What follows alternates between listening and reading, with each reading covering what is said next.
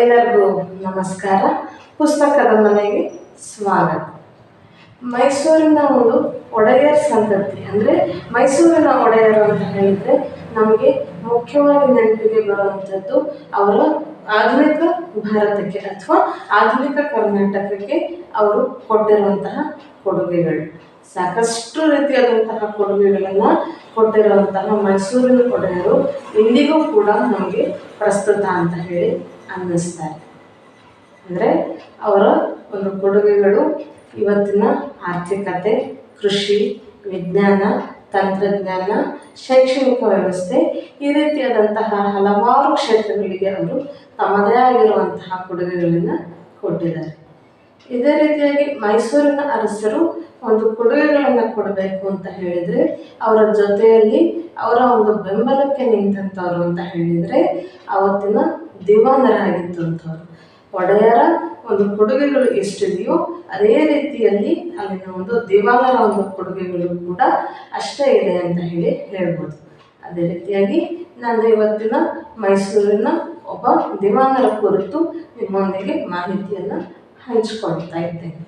ಯಾರೆಲ್ಲ ಮೊದಲನೇ ಬಾರಿಗೆ ನಮ್ಮ ವಿಡಿಯೋವನ್ನು ನೋಡ್ತಾ ಇದ್ದೀರಾ, ಸಬ್ಸ್ಕ್ರೈಬ್ ಮಾಡ್ಕೊಳ್ಳೋದ್ರ ಮೂಲಕ ಪ್ರೋತ್ಸಾಹಿಸಿ ಅಂತ ಕೇಳ್ಕೊಳ್ತೇನೆ. ದಿವಾನ್ ರಂಗಾಚಾರ್ಯ. ದಿವಾನ್ ರಂಗಾಚಾರ್ಯ ಅವರು ಜನಿಸಿದ್ದು ಚಿಂಗಲ್ಪುಟ್ ಅನ್ನುವಂತಹ ಒಂದು ಜಿಲ್ಲೆಯ ವಡಗಲ್ ಅನ್ನುವಂತಹ ಒಂದು ಗ್ರಾಮದಲ್ಲಿ ಅವರು ಜನಿಸ್ತಾರೆ. 1831ನೇ ಇಸ್ವಿಯಲ್ಲಿ ಅವರು ಜನಿಸಿದ್ದು. ಇದಾದ ಜೊತೆಯಲ್ಲಿ ಅವತ್ತಿನ ಈ ಒಂದು ಚಿಂಗಲ್ಪುಟ್ ಅನ್ನುವಂತಹ ಒಂದು ಜಿಲ್ಲೆ ಅದು ಅವತ್ತಿನ ಮದ್ರಾಸ್ ಪ್ರಾಂತ್ಯಕ್ಕೆ ಸೇರಿತ್ತು. ತಂದೆ ಸಿ ರಾಘವಾಚಾರ್ಯರ್ ಅವರು ಅವತ್ತಿನ ಬ್ರಿಟಿಷ್ ಸರ್ಕಾರದಲ್ಲಿ ಗುಮಾಸ್ತರಾಗಿ ಕೆಲಸವನ್ನು ಮಾಡ್ತಾ ಇದ್ದರು. ಈ ಒಂದು ದಿವಾನ್ ರಂಗಾಚಾರ್ಯ ಅವರು ಬಾಲ್ಯದ ಒಂದು ದಿನಗಳಲ್ಲಿ ಸಾಕಷ್ಟು ಬಡತನವನ್ನು ಅನುಭವಿಸ್ತಾರೆ. ಅದರ ಜೊತೆಗೆ ಅವರಿಗೆ ಚದುರಂಗದಲ್ಲಿ ಬಹಳ ಆಸಕ್ತಿಯನ್ನು ಹೊಂದಿದವರಾಗಿರ್ತಾರೆ. ಇದೆಲ್ಲದರ ಜೊತೆಯಲ್ಲಿ ಅವರು ಮೊದಲನೇದಾಗಿ ಗುಮಾಸ್ತನಾಗಿ ತನ್ನ ಒಂದು ಕೆಲಸವನ್ನು ಪ್ರಾರಂಭಿಸ್ತಾರೆ. ತನ್ನೆಂತೆಯೇ ಮೊದಲ ಒಂದು ವೃತ್ತಿಗೆ ಅವರು ಸೇರಿದ್ದು ಗುಮಾಸ್ತರಾಗಿ. ಇದಾದ ನಂತರದಲ್ಲಿ ಅವರು ತಹಶೀಲ್ದಾರಾಗಿ ಕೆಲಸವನ್ನು ಪ್ರಾರಂಭವನ್ನು ಮಾಡ್ತಾರೆ. ತಹಶೀಲ್ದಾರ್ ಆದಂತಹ ನಂತರದಲ್ಲಿ ಅವರು ಅಲ್ಲಿ ನೆಲ್ಲೂರಿನಲ್ಲಿ ಶಿರಸ್ತೇದಾರರಾಗಿ ಕೆಲಸವನ್ನು ಪ್ರಾರಂಭಿಸ್ತಾರೆ. ಇದಾದ ನಂತರದಲ್ಲಿ ರೈಲ್ವೆ ಮತ್ತು ಕಂದಾಯ ಇಲಾಖೆಯಲ್ಲಿ ಕೂಡ ಅವರು ಒಂದಷ್ಟು ವರ್ಷಗಳ ಕಾಲ ತಮ್ಮ ಒಂದು ಸೇವೆಯನ್ನು ಸಲ್ಲಿಸ್ತಾರೆ. ಇದಾದ ನಂತರದಲ್ಲಿ ಅವರನ್ನು ಅಲ್ಲಿಂದ ಮೈಸೂರು ಸಿವಿಲ್ ಸರ್ವೀಸ್ಗೆ ಅವರನ್ನು ಆಹ್ವಾನವನ್ನು ಕೊಡಲಾಗುತ್ತೆ. ಇದಾದ ನಂತರದಲ್ಲಿ 1868ನೇ ಇಸ್ವಿಯಲ್ಲಿ ಮೈಸೂರಿನ ಕಂಟ್ರೋಲರ್ ಆಗಿ ಅವರು ಕೆಲಸಕ್ಕೆ ಸೇರಿಕೊಳ್ತಾರೆ. ಇದಾದ ನಂತರದಲ್ಲಿ ಮೈಸೂರಿನ ಕಂದಾಯ ಕಾರ್ಯದರ್ಶಿಯಾಗಿ ಕೂಡ ಒಂದಷ್ಟು ವರ್ಷಗಳ ಕಾಲ ಕೆಲಸವನ್ನು ಮಾಡ್ತಾರೆ. 1880ನೇ ಇಸ್ವಿಯಲ್ಲಿ order of the Indian empire ಅನ್ನುವಂತಹ ಒಂದು ಸಂಸ್ಥೆಯ ಒಡನಾಡಿಯಾಗಿ ಕೂಡ ಅವರಲ್ಲಿ ಕೆಲಸವನ್ನು ಮಾಡ್ತಾ ಹೋಗ್ತಾರೆ. ಇದಾದ ನಂತರದಲ್ಲಿ ಅರಮನೆಯಲ್ಲಿ ಇವರು ಕೆಲಸ ಮಾಡ್ತಾ ಇರುವಂತಹ ಒಂದು ಸಂದರ್ಭದಲ್ಲಿ ಅರಮನೆಗೆ ಸೇರಿರುವಂತಹ ಒಂದಷ್ಟು ಚಿನ್ನದ ಒಡವೆಗಳು ನಾಪತ್ತೆಯಾಗುತ್ತೆ. ಆ ಚಿನ್ನದ ಒಡವೆಗಳು ನಾಪತ್ತೆಯಾಗೋದಕ್ಕೆ ಮುಖ್ಯವಾಗಿ ಕ್ಲರಿಕಲ್ ದೋಷನೇ ಕಾರಣ ಅಂತ ಅಲ್ಲಿ ಪತ್ತೆ ಹಚ್ಚಲಾಗುತ್ತೆ. ಇದಾದ ನಂತರದಲ್ಲಿ 1881ನೇ ಇಸ್ವಿಯ ಮಾರ್ಚ್ 25ನೇ ತಾರೀಕು ರಂಗಾಚಾರ್ಯ ಅವರು ಮೈಸೂರಿನ ದಿವಾನರಾಗಿ ಅವರು ಕಾರ್ಯಕ್ಕೆ ಸೇರಿಕೊಳ್ತಾರೆ. ದಿವಾನರಾದ ನಂತರದಲ್ಲಿ ಏನೇನೆಲ್ಲ ಕೆಲಸಗಳನ್ನು ಮಾಡಿದರು, ದಿವಾನರಾದ ನಂತರದಲ್ಲಿ ಅವರು ಮೈಸೂರಿನ ಹೇಗೆಲ್ಲ ಒಂದು ಸುಧಾರಣೆಗಳನ್ನು ಮಾಡಿದರು ಅಂತ ನೋಡ್ತಾ ಹೋಗೋದಾದರೆ ಅವರು 1881ರಲ್ಲಿ ಒಂದು ಕೆಲಸಕ್ಕೆ ಸೇರಿಕೊಂಡಿದ್ದಾರೆ. ಅದಕ್ಕಿಂತ ಮುಂಚೆ ಅಂದರೆ ಅವರು ದಿವಾನರಾಗಿ ಕೆಲಸಕ್ಕೆ ಸೇರಿಕೊಳ್ಳೋದಕ್ಕಿಂತ ಮುಂಚೆ ಅಲ್ಲಿ ಸಾಕಷ್ಟು ಸಮಸ್ಯೆಗಳು ಆಗಲೇ ಇತ್ತು. ಅದರಲ್ಲಿ ಆರ್ಥಿಕವಾಗಿ ಅಥವಾ ಕೃಷಿಯಲ್ಲಿ ಅಥವಾ ಕೈಗಾರಿಕೆಯಲ್ಲಿ ಈ ಥರ ಸಾಕಷ್ಟು ಸಮಸ್ಯೆಗಳು ಅದಾದಮೇಲೆ ಮೈಸೂರು ರಾಜ್ಯ ಅನುಭವಿಸ್ತಾ ಇತ್ತು. ಇದೆಲ್ಲದರ ಜೊತೆಯಲ್ಲಿ ಅವರಿಗೆ ಇನ್ನೂ ಒಂದಷ್ಟು ಸಮಸ್ಯೆಗಳು ಎದುರಾಗ್ತಾ ಹೋಗ್ತವೆ.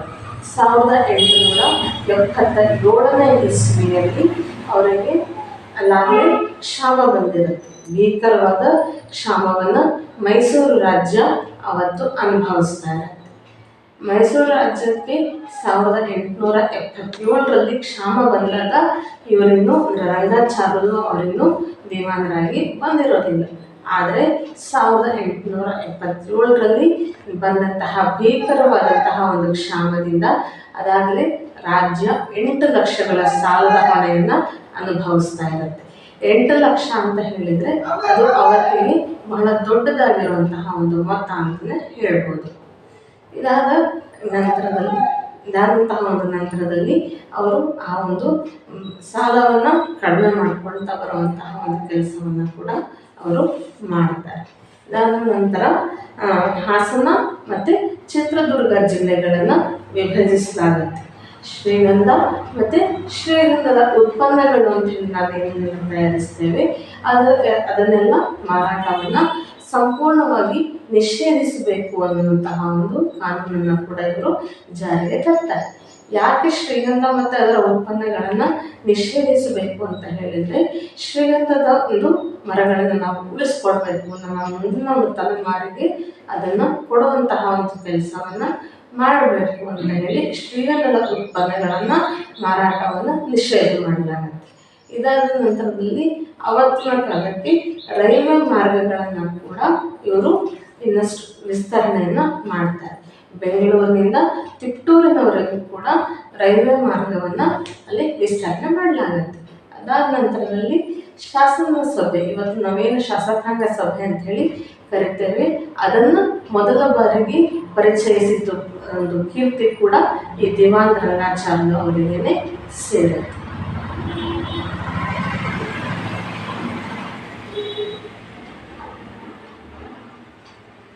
ಇಷ್ಟೆಲ್ಲ ಕೆಲಸಗಳನ್ನು